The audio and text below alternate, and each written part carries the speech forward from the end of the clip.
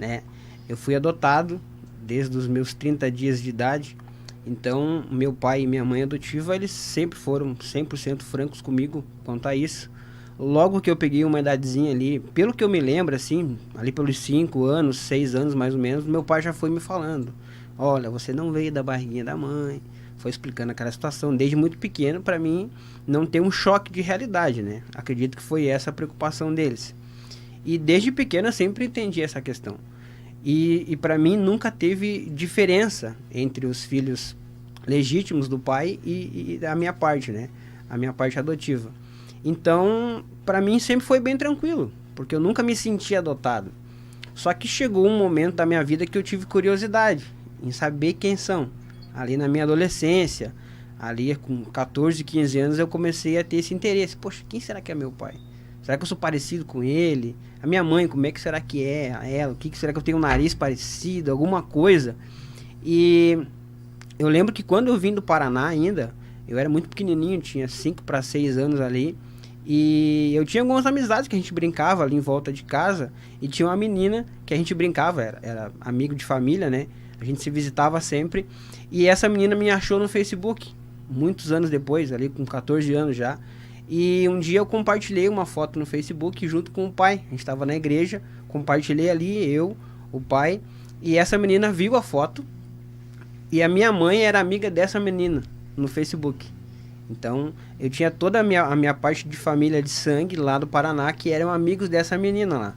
E através dessa menina, desse perfil no Facebook, que é a Milena, eles acabaram me encontrando e vendo: poxa, é o Batista, deve ser o Natan. Aí entraram lá e viram que era eu. Aí houve um contato de uma tia. A mãe não fez o contato direto. Houve o contato de uma tia pra gente começar a conversar e tal. E daí aí me explodiu a curiosidade, né? A gente começou a trocar mensagens e tal. Hoje eu tenho contato dela no WhatsApp ali. Mas a Mônica pode me ajudar. É um sentimento bem estranho, sabe, Mônica? Porque toda a vida eu me senti criado pela minha mãe e pelo meu pai. Então, pra mim é um negócio meio delicado ainda, sabe? Mas eu jamais tive receio da decisão que ela tomou. Porque eu sempre fui muito bem educado e instruído sobre essas decisões dela. E hoje, sendo pai, eu vejo que foi a melhor opção de todas, né? A gente vê. Então, teve uma perseguição pela parte do meu pai biológico. Ele não queria. Foi um relacionamento muito precoce. Então, gerou uma série de questões e fatores que ele pediu para ela não ter o filho, para fazer aborto. Então, uma série de perseguições ainda, eu nem sabia de nada e já estava acontecendo isso daí tudo, entendeu? Até esses dias ela me ligou, a gente conversou sobre chamado de vídeo ali e mostrei o Miguel para ela. Foi um momento bem bacana, sabe? Ela se emocionou bastante e ela carrega muita culpa disso, sabe? Ela não se perdoa. Ela já falou pra mim e eu já liberei o perdão umas 300 vezes sobre ela, mas ainda ela não consegue se sentir liberta disso, né? Eu acredito que a gente vai ter que ir lá na casa dela mesmo, visitar ela, e eu quero fazer isso, né? E a gente vai lá dar um abraço, levar o Miguel, levar o Isaac, que tá chegando aí também, pra ela conhecer e pra poder ajudar ela, né? Tirar isso dela, porque eu sei que é algo que tá fazendo mal pra ela. Ela já compartilhou comigo sobre isso, então eu acredito que é algo que vai libertar ela. É um peso que eu não carrego. Eu aprendi isso na minha vida com Cristo caminhando e meu pai me ensinando. Então, perdoei, não tenho nada contra e admiro a decisão dela. Né? Poderia ter abortado, a gente vê infelizmente muitos casos aí hoje. Então, eu acredito que ela tomou a melhor decisão. E tô costurando a minha história, tô tentando fazer aquilo de melhor que eu posso para os meus filhos agora. E para as pessoas que estão em volta de mim sempre aí. Natan, eu não sei se... eu faço a pergunta e se você se sentir confortável para dividir, a gente, ou desconfortável, a gente vai entender. Até já havia conversado sobre isso. Tu disseste que com 30 dias tu foste adotado. É isso, Natan? Isso. E o processo anterior foi quase que um processo de sobrevivência. Foi. Né? A tua mãe teve que...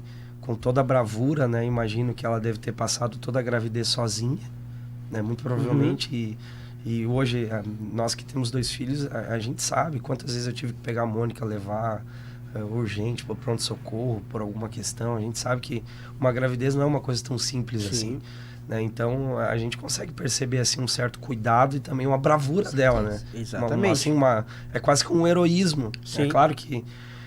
mas será que tu pode dividir com a gente, assim, como o teu pai te adotou? Como tu chegou até a família do teu pai hoje? Sim, então, a minha mãe biológica, ela morava aqui em Canudos. Interessante isso. Eu moro em Novo Hamburgo hoje, né?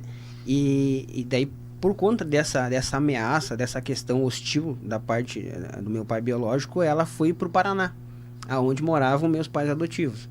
Eu já tinha um irmão mais velho, o Rafael, e a irmã mais velha também, a Karina. E a minha mãe sentiu o desejo de ter mais um filho, né?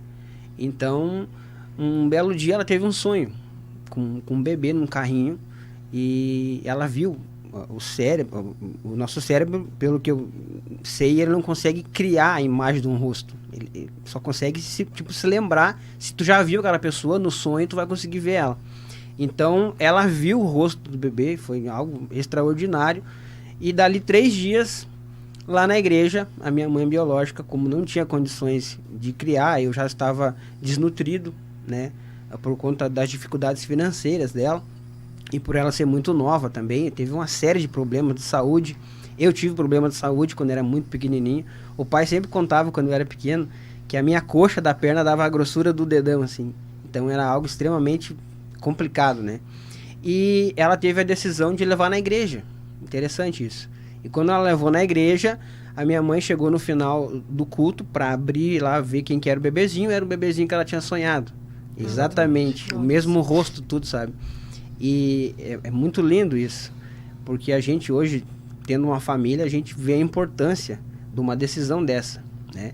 E quando ela teve sentimento de adotar, ela foi para casa já comigo, já levou a criança junto, né? A benção dela. E daí o que aconteceu? Tinha um processo de adoção. Não era só chegar, que nem hoje, mas eu acho que hoje é mais burocrático ainda, né? Sim. Mas isso há quase 30 anos atrás, existia uma fila de 38 famílias na fila de adoção, para adotar. E isso aí teve uma questão jurídica, tudo. Houve um tribunal e a minha mãe foi lá e fez até o juiz chorar. Né? Porque ela já tinha montado o quartinho, tudo em casa, tudo pronto, já estava comigo lá. Já sabia que era dela, né? Mas ela talvez precisaria entregar para a próxima família. Sim. Né? Então ela fez um discurso lá, o pai conta que foi um discurso lindo, até o juiz chorou. Oh. Acho que vem daí um pouco da lábia, né? E daí foi aí que aconteceu. Ela teve a decisão de levar na igreja, e lá na igreja então conectou com o sonho, o desejo da mãe, e o pai também queria. Então foi ali que aconteceu, assim que eu cheguei na família Batista.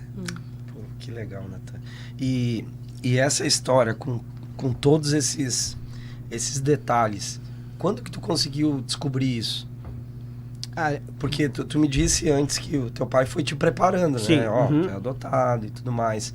Mas ele já abria essa história nesses detalhes ou tu foi uma informação que tu descobriu depois? Não, sempre foi muito transparente. Já com esses detalhes aí de ter sido deixado num culto pela tua mãe Exatamente. biológica. Desde sempre, o pai sempre deixou claro.